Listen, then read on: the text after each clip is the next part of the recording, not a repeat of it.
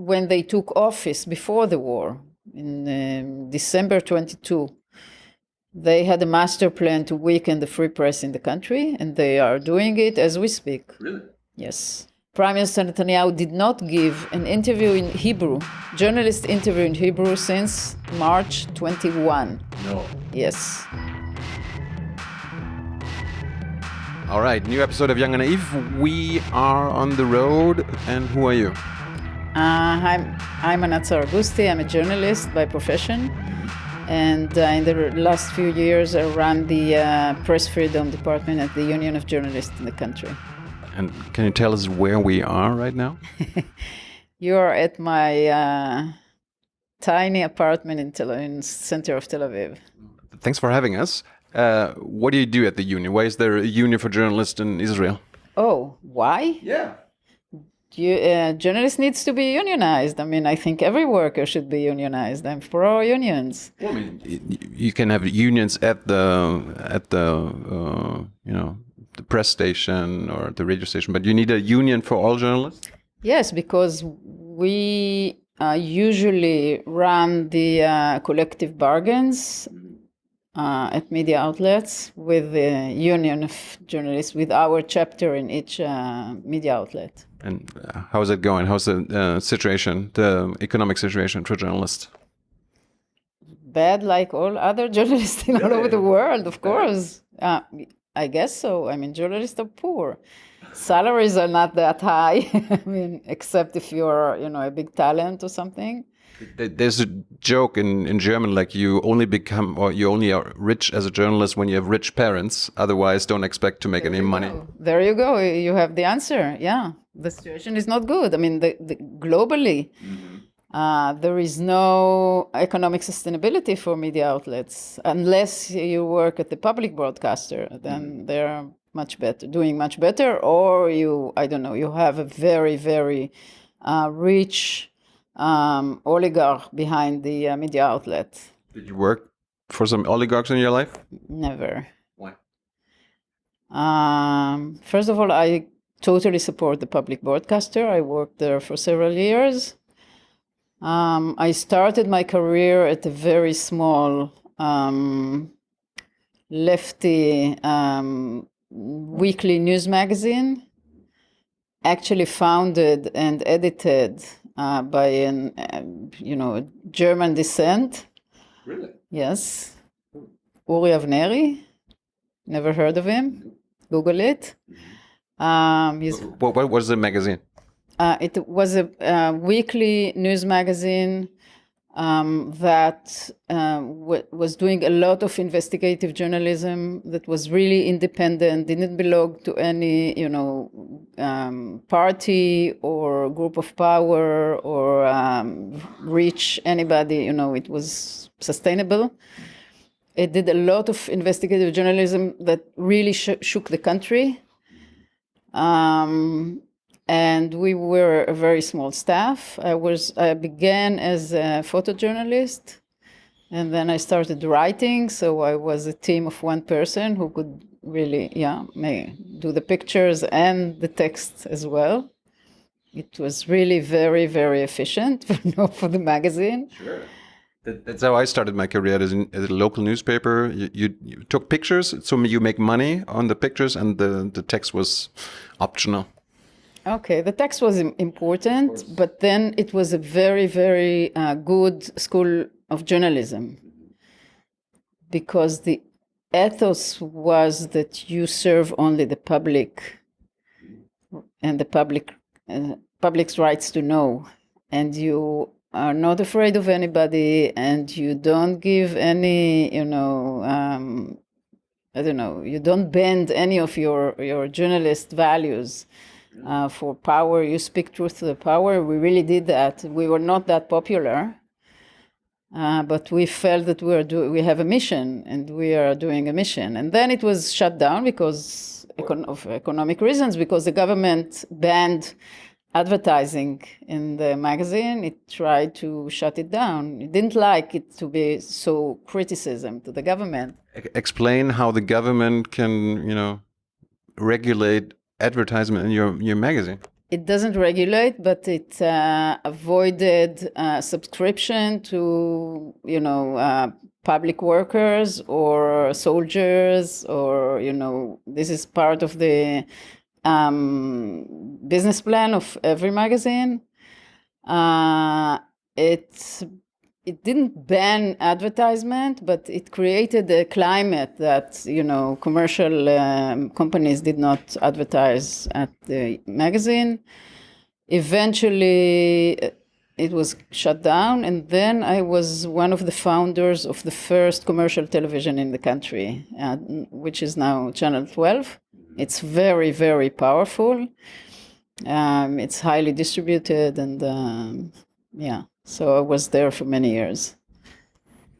When did the magazine shut down? Like, I never heard of it. Oh, wow. This was 92, 93 years ago.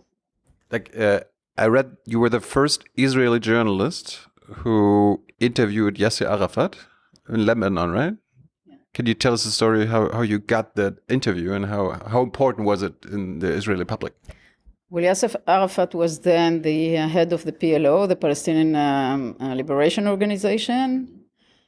There was, invasion of the Israeli army to Lebanon. This was 1982. They occupied all southern Lebanon, pretty much like they do now. This is the third time already. But they reached Beirut, the capital of Lebanon. And they wanted to kick out all the Palestinians, or the headquarters of the Palestinians, or the headquarters of the PLO, who were located in Beirut. So they put a lot of pressure, and we reached Beirut as journalists, and I pushed my editor, who was then with me at Beirut, to use his contacts and so we can get to the other side of the conflict lines and get to see what's going on there. They were under siege, and there was shortage of water and electricity and food and stuff like that. And I thought the story is there. Yeah. So we did that, and we crossed the conflict lines. It was scary. We had to cross, all kinds of roadblocks and checkpoints, because there were many different armies there. There was the Syrians and the Lebanese army and the Christian army, and then the PLO army, the Israeli army, of course. We had to cross all these checkpoints, which we did. And so it happened that we interviewed Arafat. Did nobody from the Israeli journalist side try to get Arafat before, or did you get lucky? How did you manage to convince him? Nobody tried before. I don't know if he would agree, because the editor of the magazine was also, for times, a member of the Knesset, of the Israeli parliament. Mm-hmm. So he was a politician who was, his agenda was to support this two-state solution, the recognition of the PLO as the representative of the Palestinian people, etc., etc. So he was known for his, standings. So maybe it was easier for Arafat to give him the interview, to give us the interview, than anybody else. But I don't know. I don't think that anybody tried before us. To cross the conflict lines, this is not something that every journalist does. I think every journalist should try to do that. But usually journalists don't do that. Well, listen to the other side, right? Of course. I think it's something that you have to do routinely. Mm-hmm. But during times of war in Israel, because it's mandatory for everybody to serve in the army, men and women. You served as well? Yes. And at times, when there is a high security intention, people tend to be, patriotics. Mm-hmm. So they tend to rally around the flag and they tend not to be too criticizing the government or the policies of the government. The public is not open for criticism at times of war. Sometimes the journalists themselves serves as reservists in the army, which is a problem. And if not that, everybody knows somebody who is now in combat, whether it's your neighbor or your cousin or your father or your son or your brother or whatever. I mean, because everybody is engaged in that. So it really is, the dilemma is, what are you first? Are you first a patriot for Israel and you want your kind of team to win the war? Or are you first an independent journalist who serves the interest of the public? I mean, as you explained before, like, I think the journalism you described as like Respublika, in service of the public and not in service of your country or your government. And maybe you can be both. Maybe in private, when you not work as journalists, you can, be patriotic and hope your team wins. But as a journalist, you shouldn't be like this. I agree. But I'm a minority who think like that. And I always, at times of conflict, I saw myself first as a journalist who owe to do my work to the public. But now you're the head of the union. I'm not the head of the union. I'm head of the press freedom department at the union. Okay. But since you're the head of the press freedom department, can't you make sure that more journalists in Israel and everywhere else, adapt this kind of journalism? Because I agree.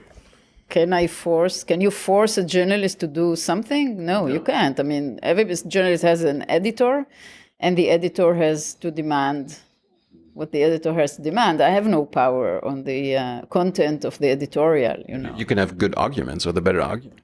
Of course. So I write about it, I talk about it, I criticize them, I post about it. I wrote actually an article on October 16, less than 10 days into, the October 7th war, arguing that there is a one-sided war. If you look at the coverage of the war, it's a one-sided war, as if there is only one side fighting, and because you didn't see the Palestinians at all. So I write a lot about it. I speak a lot about it. But this is all I can do. I don't have, power.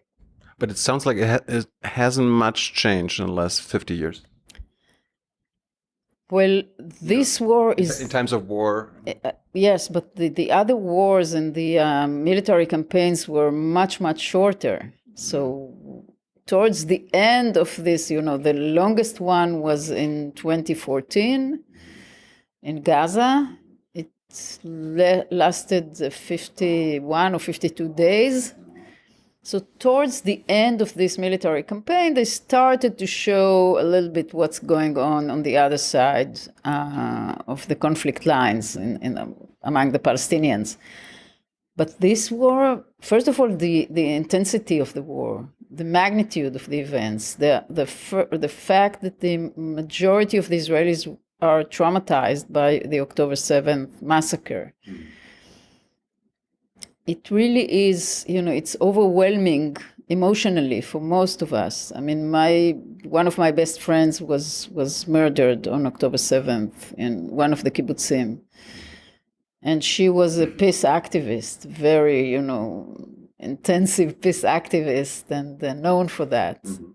So it really is a very deep dilemma, how you can distance yourself from your own emotions and, put the hat of the impartial journalist and do your job for the interest of the public. Haaretz newspaper did that from day one. They were the only ones as mainstream media outlet that covered what's happening in Gaza on all sides. I mean, this is I see it as the role of the journalist, to cover the 360 degrees of the reality on the ground, and not to cover only, one angle. In addition, the only way, since October 7th, there is no foreign press in Gaza. The only way to cover Gaza was under the umbrella of the Israeli Defense Force spokesperson. From the Israeli side. Of course, there are some Palestinian. Israeli side. Yeah. He was the one to decide who gets in, for how long, and they were embedded into units, and he would decide which unit and who can be interviewed. And they had to sign a waiver, so they give him the power to watch the footage. And censor it. And then there is another layer of military censorship who could also, censor part of the footage. So it really filtered. And the IDF spokesperson could filter and create a narrative.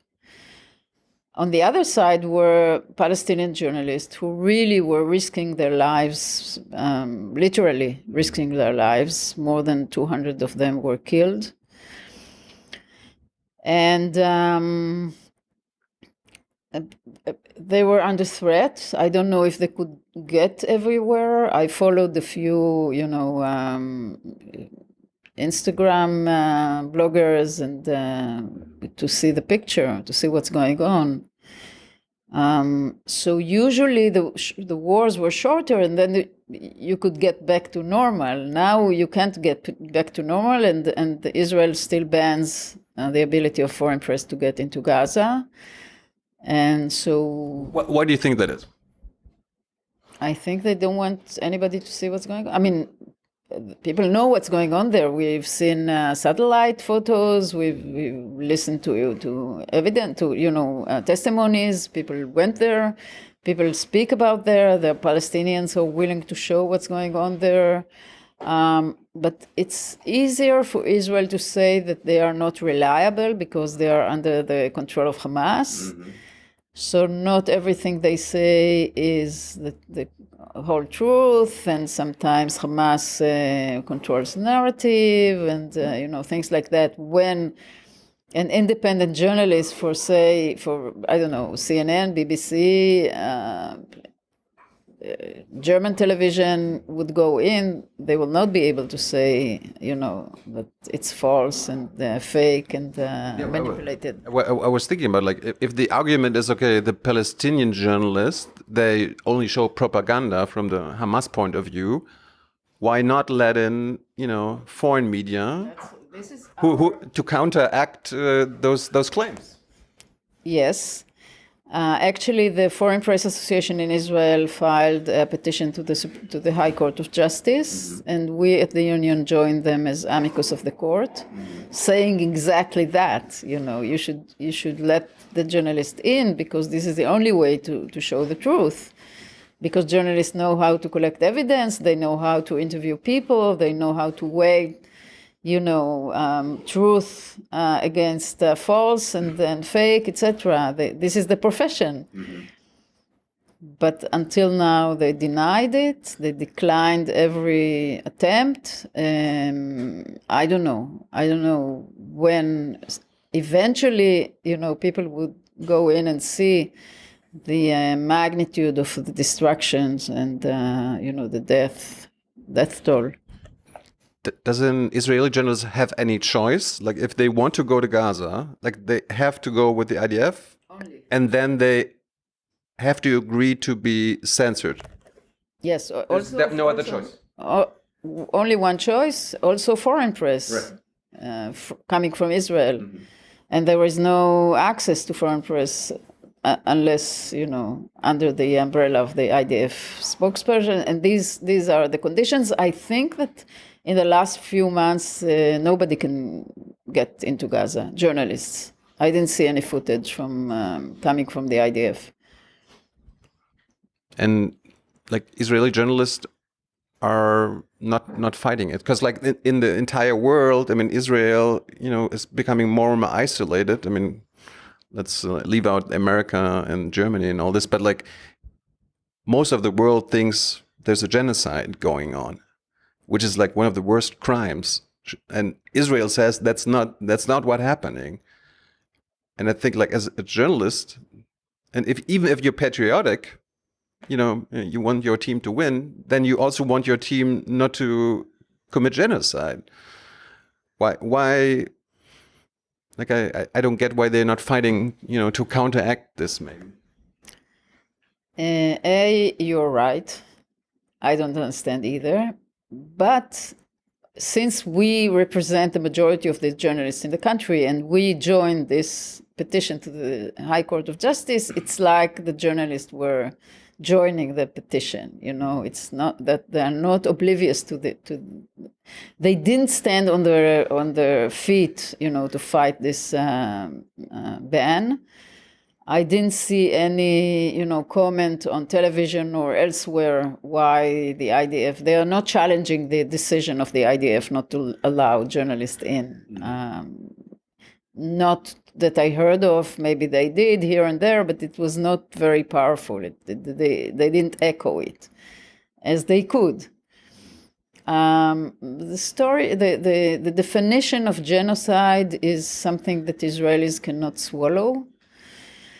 But by avoiding covering what's going on the other side of the conflict line, the Israeli press is cultivating or helping the narrative as if all the demonstrations against the policies of the State of Israel is anti-Semitism. But this is not the case. Not all the demonstrations against Israel is anti-Semitism. Of course, there is anti-Semitism, and more so. But when it began, when people in the international community saw the scale of the human toll, children, and destruction in Gaza, and they went out to the streets or put encampments in even in the U.S., in the campuses in the U.S., in the university.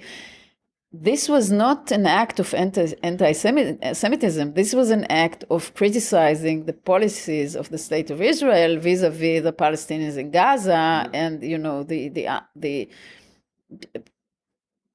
horrific footage that was pouring into their living rooms all over the world.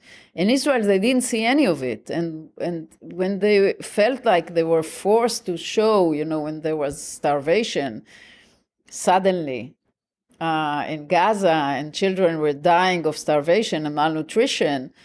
And they showed it, but they framed it as, look what the world is showing. And they very quickly adopted the narrative dictated by the IDF spokesperson. They had this formula: how many calories a person needs per day, how many trucks are going into Gaza, how many calories are getting into Gaza, divide it by how many people are in Gaza, so they have enough food. I mean, this was a narrative that they very, very quickly adopted, and they didn't want to get into the discussion of a genocide, and this is a pity. All the human rights organizations in Israel define it as a genocide. Many op-eds define it as genocide. Many experts in Israel define it as genocide, but journalists are, you know, distance themselves from this definition. But like, at some point we will have like a ruling by the ICJ in many years, and the entire world will know. Like, how can they square this? Like, in 10, 20 years, like, they will look back and be like, oh my God, we could have done something. We could have, reported the truth. I guess that will happen in the future. Usually it happens faster than that or sooner. But as I told you, the war is still active. I mean, all fronts, in Lebanon, in Gaza. with Iran, with the Houthis in Yemen, we have a lot of course, the West Bank. So for them, it's not the right time to do the reflection on their own work. Is your union in solidarity with, as you mentioned, the killed journalists in Gaza? Do they care about journalists from the other side? Yes, we issued some statements when they target killed journalists. Not enough, in my view, but yes, we did. What's the situation by the public or some mainstream journalists? Do they, think that's like, oh, you're traitors and you? Yes, we were severely attacked for siding with Hamas. The automatic pilot say that every Palestinian male is a Hamas operator, including journalists. Actually, in the last few days, Hamas is publishing the names of their operators, militant operators in Gaza. And till now, they published names of, I think, 4 journalists who everybody thought are journalists, and they turned to be militants of Hamas, members of Hamas. Even the Committee to Protect Journalists, who is analyzing all the deaths of journalists in the world, and including Gaza, said that they should revise their analysis due to what Hamas was publishing. So I don't know. I don't think that all the 200 journalists that were killed in Gaza were Hamas militants or Hamas members, but we'll see what Hamas will publish. So some of them are probably militants of Hamas, members of Hamas. Does that matter? Like when you work, you take footage, show the war. Does it matter that you're, when you do some kind of journalism, does it matter that you also are, in favor of Hamas? No, it's not in favor of Hamas. It's or that you work for them as in some kind. Does it matter if when you do a kind of a journalist work and you are actually working for PR? Of course it does. Mm-hmm. Can you both work for a commercial organization and be impartial, balanced journalist? No. There you go. Can you work as an Israeli journalist while also being a reservist? Because like the other side is same thing. Because the other side is always like, okay, well, there are Israeli journalists who were also in the IDF, so they are IDF reservists. What's the difference? Is it legitimate criticism? First of all, it's legitimate. I mean, it's an argument that and debate that should be happening. Mm-hmm. I think the difference is that, first of all, Hamas is not a state. No. Hamas is defined by most of the countries as a terrorist organization. Hamas doesn't make the difference between civilians and militants, soldiers, whatever. They killed babies, etc. Not that Israel didn't kill babies, but I tend to think that it was not done intentionally. It would be very hard for me as an Israeli to think that my country killed babies intentionally. There was some Danish reporting, on bullets in babies' heads. Did you see this a few weeks ago? No. Which kind of suggested that it was deliberate shooting of kids. There was one that I think there was a film that made it to the Oscars, maybe, of a child. Recording of a child on the phone where the convoy where her car was part of and her family was not target killed but wounded in a shooting by Israelis, and she was crying for help, and help didn't come, and they shot again the same cars. I don't know. I guess here and there, yes, but not as a method. This was not a systemic thing to kill babies. So I think there is a difference between, an organized army with a chain of commands and values. Not everybody keeps the values, but at least there is a code of ethics. There should be a different standard for, terrorist organization and a democratic government. Yes, indeed. We talked about military censorship. What about self-censorship with Israeli journalists? So military censorship, this is something that we are under since the creation of the state, because this is always high security alert, always. In terms of self-censorship, yes, I think that the fact that they did not cover what's going on in Gaza is self-censorship. They didn't want to expose themselves to criticism by the audience, to a very, very, how would I define it, hostile government who, when they took office before the war, in December 22, they had a master plan to weaken the free press in the country, and they are doing it as we speak. Really? Yes. You mean Ben-Gvir, Smotrich, or the entire government? No. Prime Minister Netanyahu is now indicted. Mm-hmm. He has a trial for trying to manipulate the coverage of him in two, which were the two strongest and most distributed media in Israel at the time. So he's known for being obsessed with how he's being covered. There is a tsunami of legislation in the Knesset, in the parliament, to weaken the public broadcaster, to shut it down, to close only the news division, things like that, as we speak. Now they're discussing it in the Knesset. There is another legislation that targets the commercial television, creates chaos at the commercial television, all the regulations and everything, so they can have a political takeover. They decided to shut down the military radio, which is the public radio, to shut it down. It's waiting for the Supreme Court ruling. We filed a petition to the Supreme Court. They tried to, they made a political takeover of the regulators for the commercial television.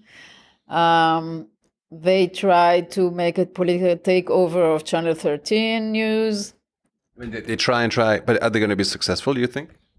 Some of these attempts are waiting for the ruling of the Supreme Court. Yes, they did that. They nominated politicians as the regulator for the commercial television.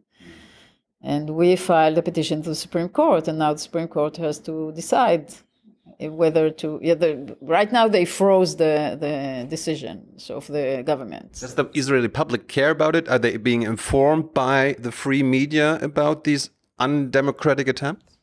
Too little, to my view, but they are informed. They don't understand, they don't deeply understand what it means for them as, individuals. Yeah. They don't understand what it would look like if we don't have free press in the country. I mean, it would be like Turkey, Poland, Hungary. Gaza, yes.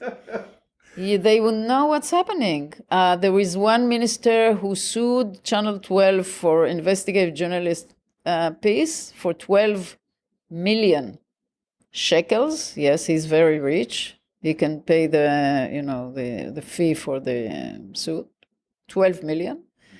He also established a fund for everybody who wants to sue them. There is an organized and orchestrated smear campaign on social media against journalist media outlets. Prime Minister Netanyahu did not give an interview in Hebrew, journalist interview in Hebrew, since March 21. No. Yes. I see him on American TV all the time. Endless interviews in foreign media outlets. What? Not even one, a journalist, not for his, he gave an interview to the only media outlet that completely aligns with the government and engaged in spreading conspiracy theories and lies. And the interview was conducted by his advisor. You're kidding. Like a spokesperson of him, yes. This was not an interview. He hardly opens a press conference for questions. And when journalists ask questions, he uses it to humiliate them. You're a liar, you're biased, you lie all the time, I don't want to answer that, just to create mistrust. And the same thing as Trump, to create mistrust in the media. And there are proxies in the streets that chase journalists, block their cars, intimidate in their homes, and they are encouraged by the Minister of Justice, who was having posted a short video encouraging one of these, people, and telling him to continue, and by Minister of National Security, who happens to be Ben-Gvir, and they are most welcome in the Knesset, and they are well respected in the Knesset committees. And this is what journalists have to face. So self-censorship is a way to protect themselves.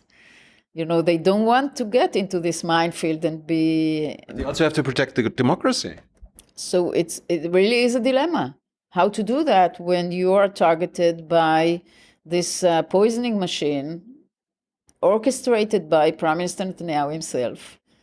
The same thing happened in Hungary. We see that now because what Magyar was doing was, bypassing the mainstream media, because the mainstream media was completely taken by Orban. I hope this will not happen here. We really tried to flash all the red lights that we could and ring all the bells that we could. And they understand now that this is something orchestrated against all of them. They're not targeting the public broadcaster because they're not nice. They're targeting all the free press in the country. Two more questions. What's the situation for Palestinian Israeli journalists? Do they have a voice in Israeli media? Are they being heard? Do they self-censor as well? They hardly have voice. Their situation in terms of freedom of expression is very bad. Many Israeli Palestinians were arrested for posting things, very mild things, on their social media accounts. They are much weaker than the Hebrew-speaking journalists. They are hardly seen on television. You hardly see speakers coming from the Palestinian community in Israel. 21% of the Israeli public the Israeli society is Palestinian Israelis. 21%. This is a huge minority. Huge. You hardly see them. Hardly. Unfortunately. Not even before this October 7th, it was hard. Now they feel, this is part of the self-censorship, they feel the public is not ready to see Palestinian Israelis because they are considered to be, Hamas supporters or something like that, which is completely lie. And finally, how did you view the latest war with Iran? Because in Germany, we heard when Iran attacked Israel, there was even more censorship than before. Was it true that it was not allowed to, show footage of, rockets hitting Israel? Yes. First of all, this house was damaged because a missile fell not far away from here. Really? All these windows were broken. A few weeks ago. On February 28th, when this war began. Yes, everything. I mean, all the neighborhood with huge radius was damaged severely. Did any people get hurt? No. One was killed near the building where the missile hit. It was a missile, half a ton or something like that, very heavy, a lot of explosives. So the whole neighborhood, all the windows were broken. Yes. Were you allowed to report on it? Oh, yes, of course. Okay. Of course. No. I could report. What they didn't want to show, and I understand that, they didn't want to help the Iranians target better because they wanted to target strategic locations in Israel. So they didn't want to show live views of where the missile hit. So the Iranians would not be able to, target the place that to understand that it was 200 meters away from the place that they wanted to target, because they wanted to target a military base. There is a military base here in the neighborhood. So maybe they were targeting military base and they missed it a little bit. So I understand that in terms of operations. So they wanted to protect, that's okay. I mean, for a short while, you don't want to show... the journalist wanted to show the Haifa harbor live because it's a beautiful location and it's a beautiful frame. But there is the refineries of the oil refineries that were hit in the previous war with Iran. So they didn't want to show the Iranians a live view of the Haifa Bay, so they can better target the refineries or the harbors, things like that. This I can understand. Sure. But it also reminds me of the live streaming of Gaza, because there were live streams of the Israeli side watching Gaza burn or getting hit. Yeah, AP had a camera there on the hill of Sderot, right on the border of Gaza, and they have a beautiful show of it was war, but yeah. Anat, thank you so much. We didn't have a lot of time. Let's do this again at some point. One quick question, since you are also a peace activist, do you think you will ever, experience peace between, Israelis, Palestinians, and this region? In the last few months, the duration of the war and the intensity of the wars, I get to maybe realize that I will not see the end of this film in my life. I don't know. The situation is so dire. You're still young. Sorry? You're still young. Oh, thank you. I don't know. I hope so. Well, you're Jung Naiv. That's good. Thank you so much, Anat. Thank you. And see you soon.